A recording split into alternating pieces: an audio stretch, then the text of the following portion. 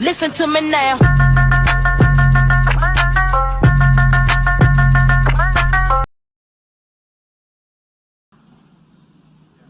On behalf of the General Assembly, I have the honor to welcome to the United Nations His Excellency Muhammadu Buhari, President of the Federal Republic of Nigeria, and invite him to address the Assembly.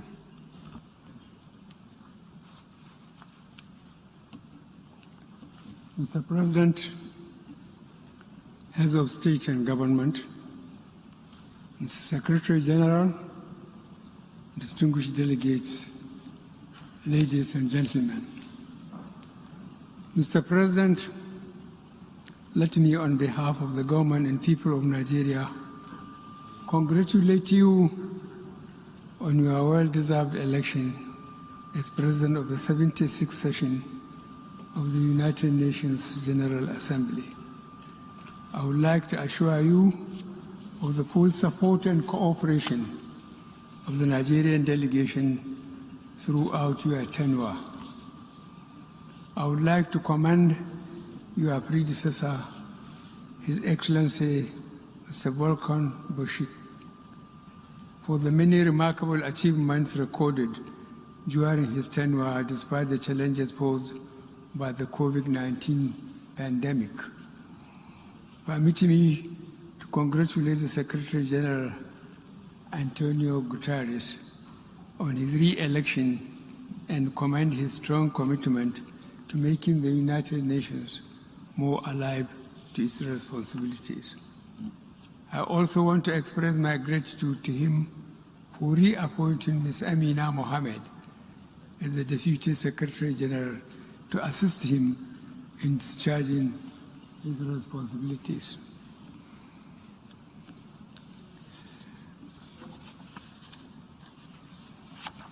Mr. President, excuse me, the theme of this year's General Assembly, Building Silence, Resilience through Hope to Recover from COVID-19, Rebuild Sustainability, Respond to Needs of the Planet, Respect the Rights of the People, and Revitalize the United Nations sums up our common desire to rescue our planet, recover our economies, and restore hope to all the peoples of the world. In this regard, my delegation will continue to support the United Nations as the indispensable forum for international cooperation and the cornerstone of the multilateral system rooted in respect for international law, including international human rights law, and predicated on a rules-based order. On our part, Nigeria has made efforts to contain the virus and hold its deadly onslaught on our people. Our efforts have been rewarded with moderate success. At the outset, we recognize detection and contact tracing to be important tools in combating the virus. In this connection, from a mere 4 laboratories with testing and detection capacities, we ramped up the facilities to over 140 centers today. Similarly, we built isolation centers and emergency hospitals wards in record time all over the country. We carry out genomic sequencing in designated laboratories across the country with a view to detecting variants in circulation. In addition, over 40,000 healthcare workers have recently been trained on infection, prevention, and control measures with the support of various partners. Nigeria remains grateful for the assistance received from our partners and friends all over the world. Vaccination is the key to our safe emergence from the pandemic. We fully support the COVAX initiative, from which we have benefited. We also thank the United States of America, Turkey, India, China, European Union, and others for the vaccines provided. Despite the acknowledgement, however, I would like to reiterate my call for a fairer and more equitable distribution of vaccines in all countries so that together we can fight and contain the pandemic. The rising wave of newer and more contagious strains makes this even more urgent. No country can afford the socio-economic implications of prolonged shutdown. It is imperative to underscore that no one is safe until everyone is safe. Mr. President, Nigeria remains deeply concerned over the illicit trade, transfer, and circulation of small arms and light weapons. Their excessive accumulation and uncontrolled spread in many regions of the world are having devastating humanitarian and socio-economic consequences, especially on the continent of Africa.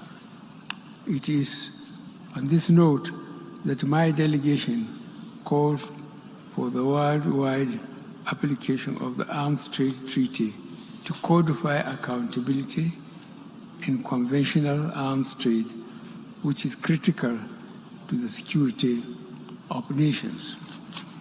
This is in recognition of the need for a broad-based global partnership in the ongoing battle against transborder crimes, including terrorism and piracy.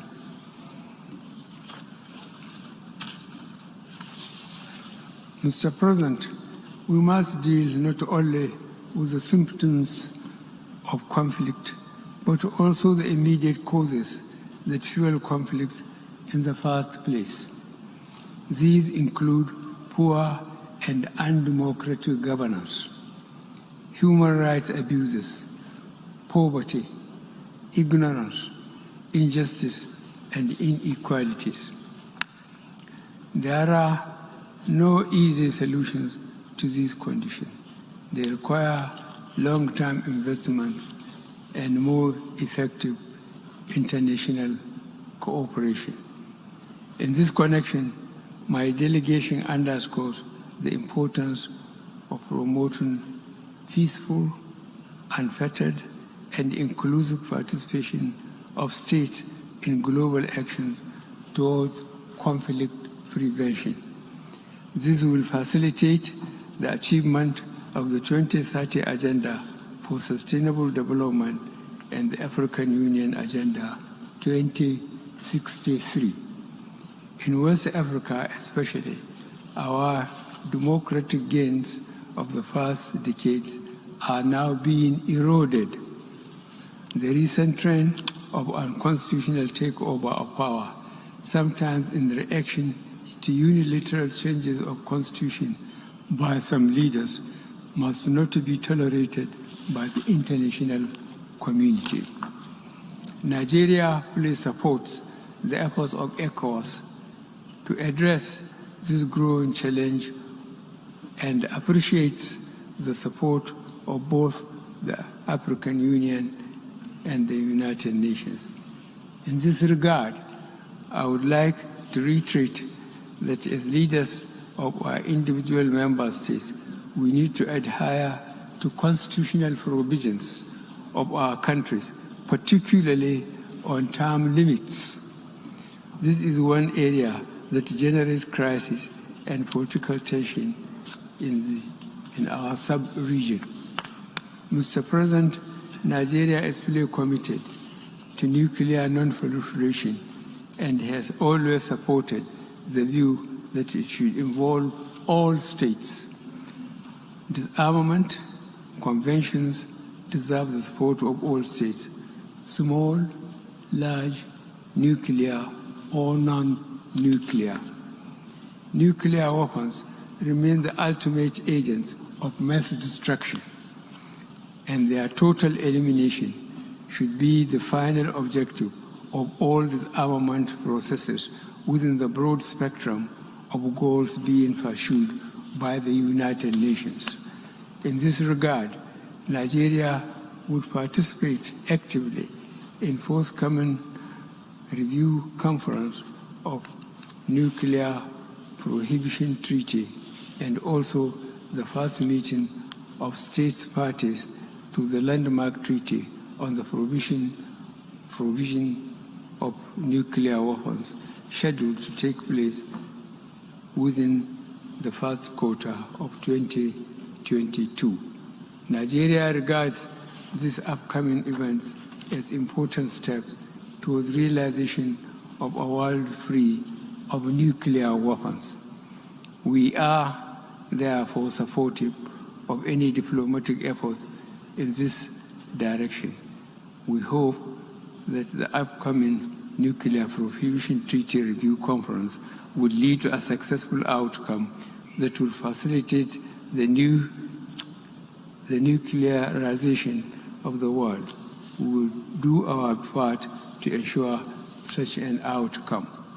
Mr. President, terrorism continues to dominate security discourse worldwide. In Nigeria, Boko Haram, terrorist group, though fragmented by internal strife and weakened by our defense forces, is still active and preying on soft targets. Nigeria will continue to work closely with United Nations counter-terrorism bodies and entities with a view to bringing this scourge to an end.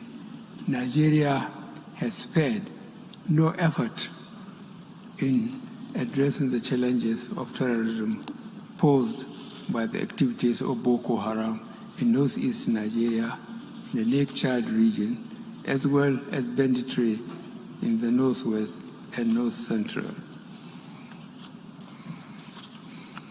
Mr. President, the impact of climate change is already with us in Nigeria, manifesting in various ways: conflict trigger, food insecurity, drying up of lakes, loss of livelihood, and youth migration, among others. The trend is the same in many other countries that are threatened by forest fires, rising seas, drought, and desertification. As leaders, we must create inclusive and gender-sensitive policies that address all issues connected to climate action for mitigation and resilience. This is why we are working on a transition to low-carbon economy consistent with achieving the Paris Climate Agreement on the Sustainable Development Goals. Mr. President, combating illicit financial flows and ensuring the recovery and return of illicitly acquired assets have the potential to provide resources in the immediate term for financing development in the area of COVID-19 pandemic and beyond.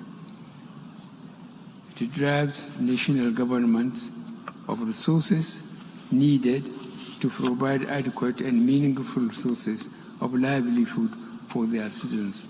The latter gives rise to more irregular migration patterns and unwholesome consequences for interstate and human relations.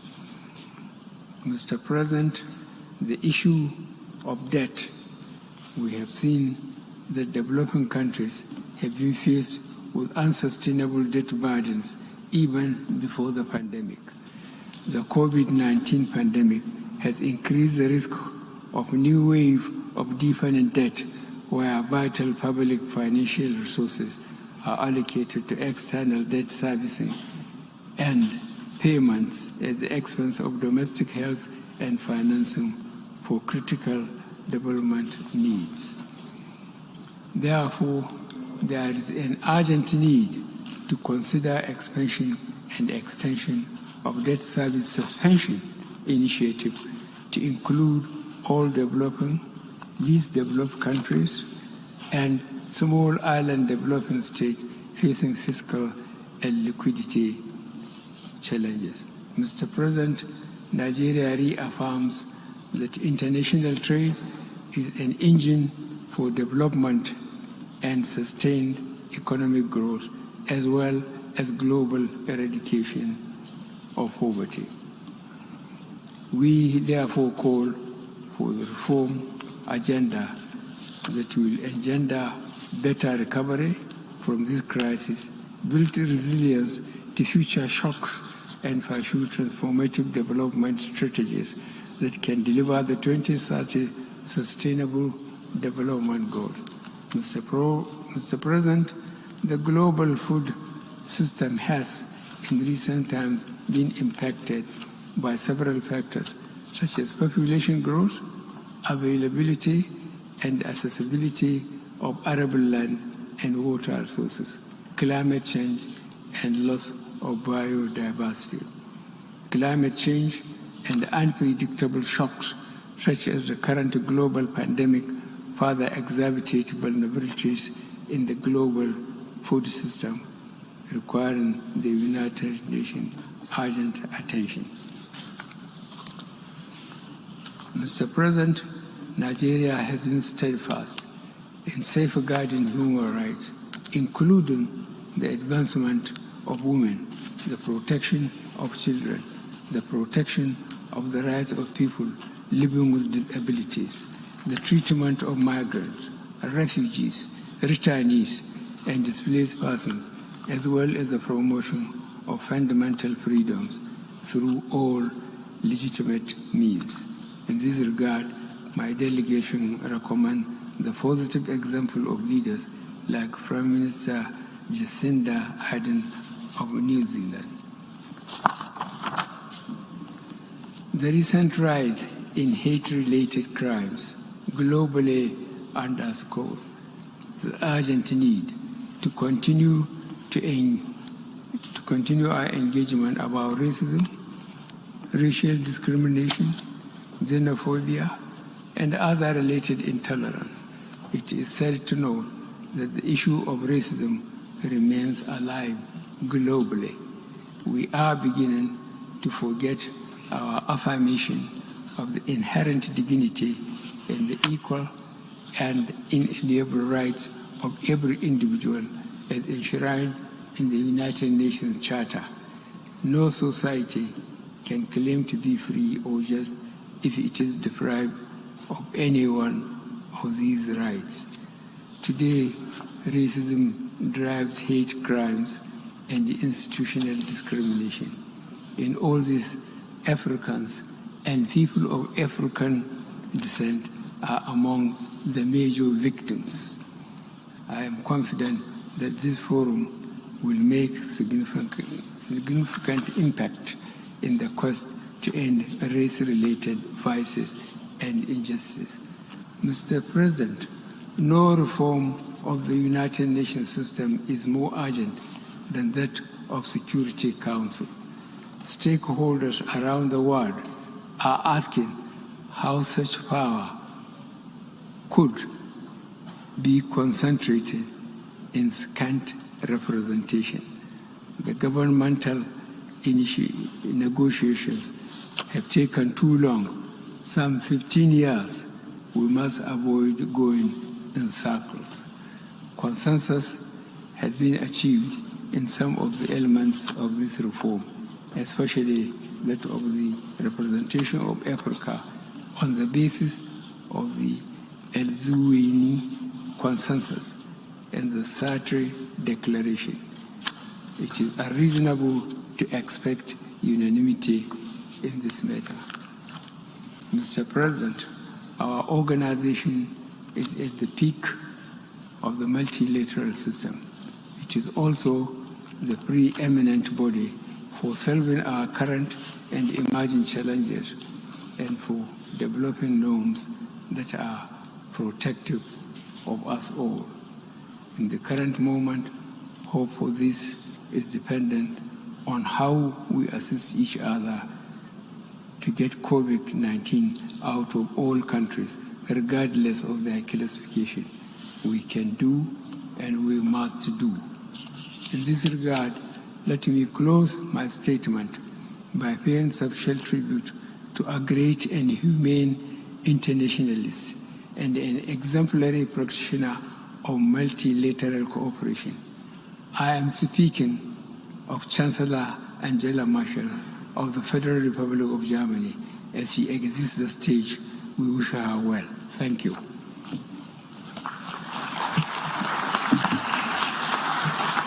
On behalf of the General Assembly, I wish to thank the President of the Federal Republic of Nigeria for the statement just made, and I request the protocol to escort His Excellency.